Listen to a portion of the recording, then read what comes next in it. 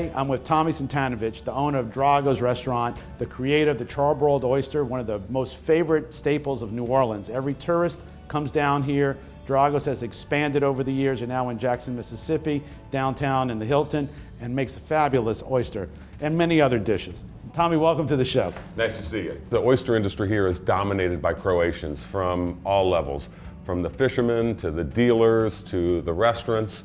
And the oyster bars here in town, lots of Croatian influence here. In Croatia, it's a coastal country, and there's a little village called Ston there, where that's what they're famous for, is growing oysters. When those people immigrated here, they got into the oystering, and it was hard work, and these people are hard workers, and it was an opportunity, and they took advantage of the opportunity. I pretty much grew up in the restaurant industry. I'm what we call a restaurant brat.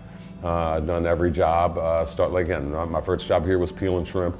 I've done everything from opening oysters to cooking to maitre d' to bartending to, taking out the garbage, everything. I just love what we do here. In 3 restaurants this year, we've served over 4 million oysters. Well, charbroiled oysters, it's fun. We used to do a dish called drumfish. It was a drumfish dish that we left the skin and scales on the fish, and kind of like a redfish on the half shell. We used to do that dish, and we used to baste it with a butter garlic sauce. And in describing that dish, I would always say the skin and scales act as a second plate, and they hold all the natural juices and bastings in to make it a very juicy product. And then so I'm thinking that in the back of my mind, and I'm thinking, everybody always talks about oyster water, and so that's the the natural juices, and then the basting, this butter garlic sauce. I wonder what would happen if I took an oyster on the half shell, put it on a barbecue grill, and then put that sauce on there that we do on the redfish and the drumfish, and it was like, wow, this is actually pretty good. As long as I can remember, I remember the bumper sticker, eat fish, live longer, eat oysters, love longer. And people have always talked about, oysters being an aphrodisiac, and it was always that sexy type of meal that you're going to eat. And so yeah, it makes a lot of sense. You hear about these rhino horns, and they're grinding it up, and and serving it to people, and then I've even heard where they're adding to it by crumpling up a little bit, grinding up some Viagra and putting it on top of that.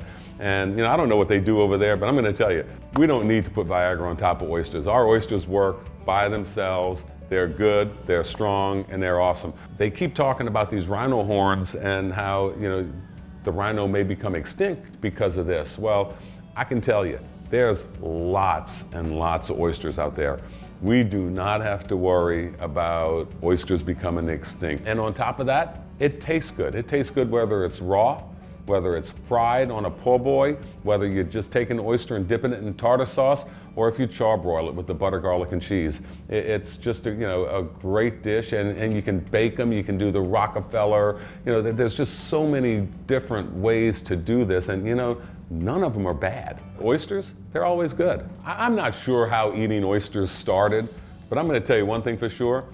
The guy that did it, the guy that first got to find an oyster and eat it, he was one hungry person to see, because when you see an oyster, what we see at an oyster bar, it's a nice round single oyster. Well, when it comes out of the water, that comes out as a cluster, and you got an oyster fisherman or farmer, he's got a hammer, and he takes this cluster of nasty looking rocks, and he's sitting there with a hammer hitting it, and all of the stuff is falling off, and he ends up with one oyster. And then to think of that first guy takes that one oyster and then opens it up and then takes the flesh out of it and just eats it. It's just like, that was one hungry man, and good for him. What makes Louisiana oysters so good is it's that constant mixing of the fresh water from the Mississippi River and the salt water from the Gulf. And it's a constant, when I say a constant mixing, in the morning you'll have a freshwater wash going over it, in the afternoon you'll have a saltwater wash, depending on which way the tide's going. So on a daily basis, you're getting different, we call it brackish water, but even in brackish water, sometimes you got brackish water that's more fresh, and sometimes you have brackish water that's more salty. And that's what makes the oysters really, really good here. Other parts of the country, the oysters are predominantly either fresh water or salt water. Here it's that constant mixing. That's why our oysters are usually fatter, plumper. They grow a whole lot nicer. It's just a very unique lay of the land that we have here that makes this happen. And an oyster bed is not something that you can just pick up and move. You know, an oyster bed takes years and years to develop. Coastal restoration absolutely has to be carefully done, and you've got to be careful because whatever you do, it's going to alter something. Do we need coastal restoration? Absolutely. But at what expense, number one? Number two, you know, what residual damage that's going to happen because of it. You know, an oyster can't live in all salt water. An oyster can't live in all fresh water. So now, you know, this perfect area of growing that I was talking about now has to move, and it doesn't happen overnight. It takes, you know, first off, an oyster takes 2 to 3 years to become marketable. From a spat to an oyster is almost 3 years, but you can't just put it in mud or an area just anywhere. It's got to be an area where you have the rock bottoms and not mud bottoms and shells, and it can't just be 3 inches of shells. It's got to be a big depth of shells. An oyster bed is not something that's built overnight or in 2 or 3 years. It takes decades. Tommy, thanks for being on the show. My pleasure.